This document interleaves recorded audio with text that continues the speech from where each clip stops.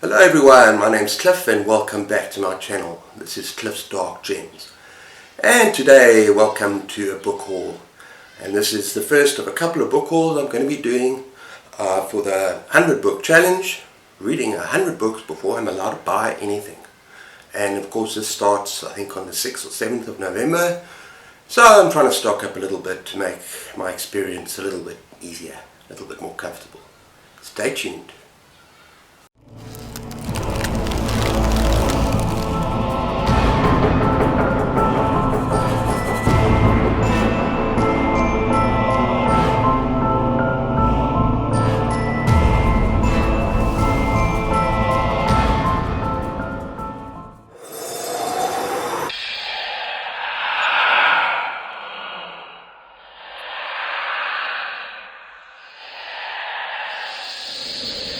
Okay everyone, also I'm going to say welcome to a very hot stinking day here in South Africa. The weather's warming up as we speak. It is hot, it is humid, it is sticky. Oh, hang on, I just need to have a little bit of a scratch here quickly. Hang on. Thank you very much. Okay, well today what we're going to do is I'm going to present quite an interesting selection of books. There's some vintage horror, some vintage science fiction, a couple of westerns, a mystery or two, as well as a good selection of maybe one or two sort of science fiction fantasies as well. So most of these are going to be shorter novels, because I really am going to try and buy as many shorter stories as I can, so that I can live up to this 100 book challenge. So yeah, let's get going, shall we? Okay everyone, we're going to start off with Tales of Supernatural Terror by Guy du Maupassant. I think he's a French author. And what's very interesting about this book, and it says that at the back here, this is the first selection of its kind to appear in English, translated from French to English. And I actually looked in Goodreads, I couldn't find this anywhere. So I'm quite excited to have this particular copy of Pan. Yeah, and it looks like some great stories here.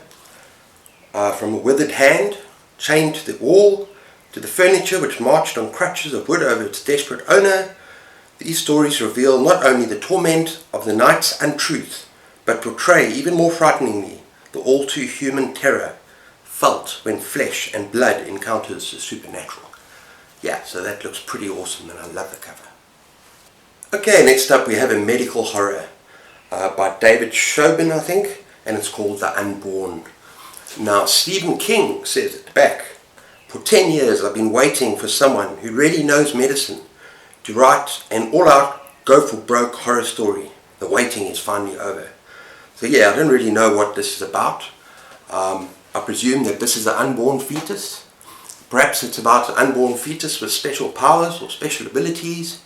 Yeah, I don't know, but this looks awesome. And that is Unborn. Next up we have When Shadows Fall by Brian Scott Smith. Now all I know from the back that this is something about a man who spies on these witches having a satanic thing, a ritual involving a young girl. And basically he's discovered and he's on the run from these witches. And he's got to get away from them before it's too late. And also they want to invoke some kind of evil that is going to take over mankind. So yeah, I don't know about the quality of some of these books, but it's good to get some nice vintage stuff again. And it's also not too long, although this is perhaps one of the longer ones. We'll have to see whether I read this for my 100 book challenge or not. That is When Shadows Fall. Okay, next up we have Robert Westall, The Watch House. Now, I was a little bit misled here by the cover. I never would have imagined this is a middle grade book, but after reading a bit on Goodreads, yeah, it's about a teenage girl who's haunted. And so yeah, this is actually a middle-aged teenager book, but it still looks pretty good. And I'm not overly scared of reading a bit of YA every now and then, so I might give it a go. And it's less than just over 200 pages. So it should be a quick, easy read. And I love the cover. That is The Watch House. Okay, next up we've got a science fiction classic. And that is John Wyndham, I think that's how you pronounce it, The Day of the Triffids. Now yeah, this is about civilization on Earth was dead and armies of deadly plants were waiting in the wings. I think a lot of people know about this novel. Yeah, I think it would be a nice read, a kind of mixture between science fiction and horror. That's what it sounds like. And yeah, this is a very, very cool cover. Very vintage. Yeah, good find. The Day of the Triffids. And I thought it would be appropriate to follow that up with Deadly Plants, Flowers of Evil by Robert Charles. Nothing could satisfy their thirst for blood. And from what I understand, from reading the back, it's about these plants that consume everything around them, and the more flesh and blood that they consume, the bigger and stronger they get. So yeah, sounds a little bit corny, but it should be a lot of fun. That is Flowers of Evil. Okay, the next book that I bought, I didn't actually realize that I had a copy already. That is James Herbert Fluke. James Herbert Fluke. 2 different covers, no problem. And this is apparently about the story of a dog who thinks he's a man, or a man who thinks he's a dog. So this mongrel dog is walking along, and in his mind, in his consciousness, he's starting to feel that he was or is a human being. So that's kind of quite an original idea. Yeah, I'm looking forward to reading this. And look how short it is. That's James Herbert Fluke. Okay, next up we got the 19th Pan Book of Horror Stories. Now, I actually want to collect these collections, these books. I think I've got another 1 or 2 in there, but I absolutely love this cover. Just look at this woman. Looks like a kind of a ghost demon thing rising up from the mist. These red eyes. Yeah, looks like a hell of a lot of fun. 14 tales of terror from the black realms of the unspeakable and utterly hideous. So yeah, I'm going to enjoy this. And yeah, that's the collection, the 19th book, Pan Book of Horror Stories. Okay, next up I've got 2 Western books that I'm going to save up in case there's a readathon of some sort. I don't normally read Western, but I'd like to give it a go. And who better to start with than Louis L'Amour. Now this particular one, Law of the Desert Born, is a collection of short stories, so I think that would be a good way to get into him. And the next one I've actually heard about is called The Haunted Mesa, which I would imagine is kind of a Western horror. And yeah, they both sound pretty interesting. So yeah, I'm going to give that a go at some stage. Okay, next up we got Walking Dead by Peter Dickinson. And this cover is in a sorry state, which is a bit of a shame, because I quite like the snake and the skull. And this is something to do with mixing with criminals, the character mixing with criminals, outdoing the voodoo cults, and masterminding a slave revolt. So yeah, there's witchcraft, voodoo, spells. It sounds quite interesting. And of course, nice and short. That is Walking Dead. Next up we have The Satan Cellar. Now, I was also completely thrown when I found out what this was about. This is not a horror novel. This is actually, I think it's a non-fiction of sorts, about a man who basically escaped the occult. He turned his back on Satanism and became spiritual in Christianity, and he tells his story in this book. So, yeah, I was completely thrown by the cover, but this is not a horror novel as such. But it still looks very interesting, and that is The Satan Cellar. Okay, next up we've got T.M. Wright, Goodlow's Ghosts. Now, I really enjoyed the Manhattan ghost story. He's kind of known for ghost stories and sort of a slow burn, quiet horror, and this sounds very, very interesting. A man thinks he's been murdered and he thinks he's dead. He's kind of flitting his way between reality and unreality. And there is a psychic sort of detective. So this could have worked well for a cult detective who's trying to find out what's going on and why ghosts are in the realms of the living, and trying to find this guy's killer. So it sounds very, very interesting. I haven't read a hell of a lot of T.M. Wright, but as I said, I really enjoyed Manhattan Ghost Story. So yeah, Goodlow's Ghosts. Now we got a novelization I'm sure you've all seen the movie The Day After Tomorrow. This is a novelization by Whitley Strieber, who wrote Communion. So yeah, I'm not sure about the quality again, but I really enjoyed this movie, kind of about the end of the world sort of thing. So I'm going to give this a go, and that is The Day After Tomorrow. And here's another science fiction, I wouldn't call it a classic, but yeah, a real vintage science fiction cover, and that is Day of the Beasts. Now, I actually noticed there's almost like a smile on that red crab thing. It's pretty hysterical, and it's almost like it's got whiskers coming out as well. Yeah, I don't really have any idea what this is about. Let's just read a little bit of the back. Earth was a crowded world of vast cities, manned by robots who carried out all of the menial tasks, who saw to it that everything continued functioning normally. Interplanetary travel was now an established fact. Okay, so totally science fiction, but then at the end, yet now Earth itself faced destruction. Quite suddenly, the threat had materialized, and that threat is obviously the beasts. So yeah, it looks like a lot of fun, and I'm trying to read more science fiction, and I'm sure that there are going to be some readathons in the months to come. That's also why I bought quite a couple of vintage science fiction novels, short novels. Okay, next up we've got another fantasy and science fiction collection. So yeah, this will be nice to dip into. It looks like someone's been writing in the book. It's not really something that I like to see. But yeah, this is just a collection of short stories. The only person that I recognize here is Harlan Ellison. But yeah, none of the other authors I actually recognize. That is fantasy and science fiction. Next up we have Bram Stoker's The Lair of the White Worm. Now, I know that this wasn't very well received on Goodreads. It seems like it's really a product of its time. I saw a lot of people mentioning it. There's a lot of racism and stuff going on here. But I'll make my own mind up about this book.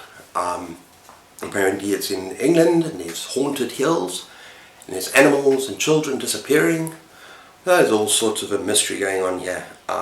As you know, that Bram Stoker's Dracula. I just was very, very curious to read something else by him.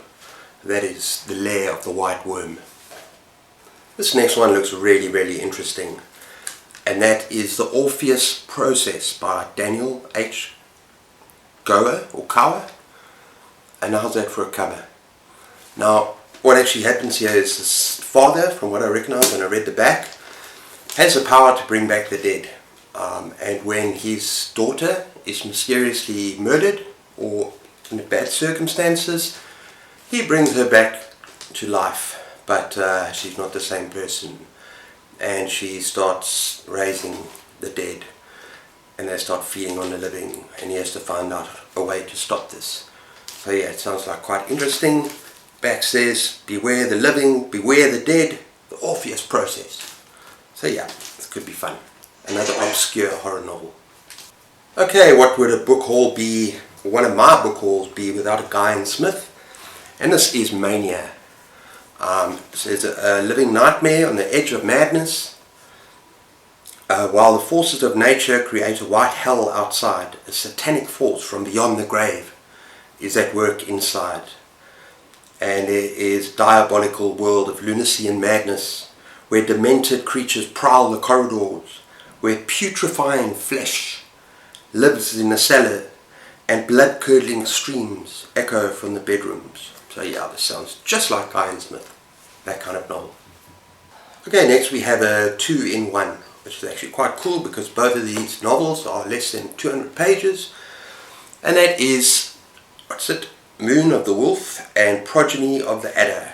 How's this for a cover? Now, both by the same author, Leslie A. Whitten. So yeah, this looks really, really interesting. It says on the left, the $9 value for only $4.99. 2 complete horror novels in 1 volume.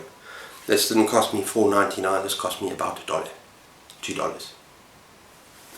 Okay, the next I was very, very happy to find. I've heard it mentioned on BookTube, I've heard it spoken about, and this is kind of a weird blend of science fiction, horror, zombie, humour, a lot of fun. Night of the Living Trackies. So yeah, I've heard a lot about that. I just love this cover, the way he's holding that arm. But yeah, this is a science fiction convention, a Star Trek convention that goes wrong, where people the dead start rising, obviously in their costumes. So it just looks like just a real great horror comedy, science fiction horror comedy. Look forward to reading that. That's Night of the Living Trackies. My second last book that I'm going to show off today is a mystery, Sherlock Holmes, 4 great novels. I'm very happy to get this because I've read Hound of the Baskervilles a long time ago, and that's in this collection. But also because there's 4 novels in one, I could probably use this in a mystery readathon or some kind of readathon to do with, I don't know, maybe there's a Sherlock Holmes thing going on, or a classic thing. But yeah, that is 4 great novels by Sherlock Holmes. And finally, Neil Gaiman is one of those authors that if I see a book that I haven't got by him, I will probably buy it. And this one is one I haven't read yet, and that is Anansi Boys. And this actually looks really, really fine. It looks quite a weird story actually, if I just read the back very, very quickly. I'm trying to not take too much time because I know I don't want this to be too long as a movie, as a video. Fat Charlie Nancy is not actually fat. He was fat once, but he is definitely not fat now. No, right now, Fat Charlie Nancy is angry, confused, and more than a little scared. Right now, his life is spinning out of control, and it's all his dad's fault. If his rotter of an estranged father hadn't dropped dead at a karaoke night, Charlie would still be blissfully unaware that his dad was Anansi, the spider god. He would have no idea that he has a brother called Spider, who is also a god. Okay, so I'm not going to read the whole thing yet, but this does sound kind of very different to what I expect from Neil Gaiman. Just a little bit weird, but I'll give it a go. I don't think this is going to be one of my books for the Read What You Own challenge. It's quite long, but yeah, we'll see about that. That is Neil Gaiman, Anansi Boys. Okay everyone, that's the end of my video. I hope you enjoyed my haul. I will be giving another haul next week, where I probably will include quite a few of my Kindle purchases. I'm really trying to get prepared for this event, for this challenge. And I've also purchased something from both Olly and Reading This Life from their, not Patreon, from their Discord, where I can actually keep track of all the books that I've read from 1 to 100, so I can actually really organize myself in terms of ticking things off. But anyway, yeah, that's my video. Please like and subscribe if you enjoy my content. Take care of yourselves. Leave a comment in the comments below if you read any of these books. Let me know what you think. Take care of yourselves, keep those pages turning, and cheers.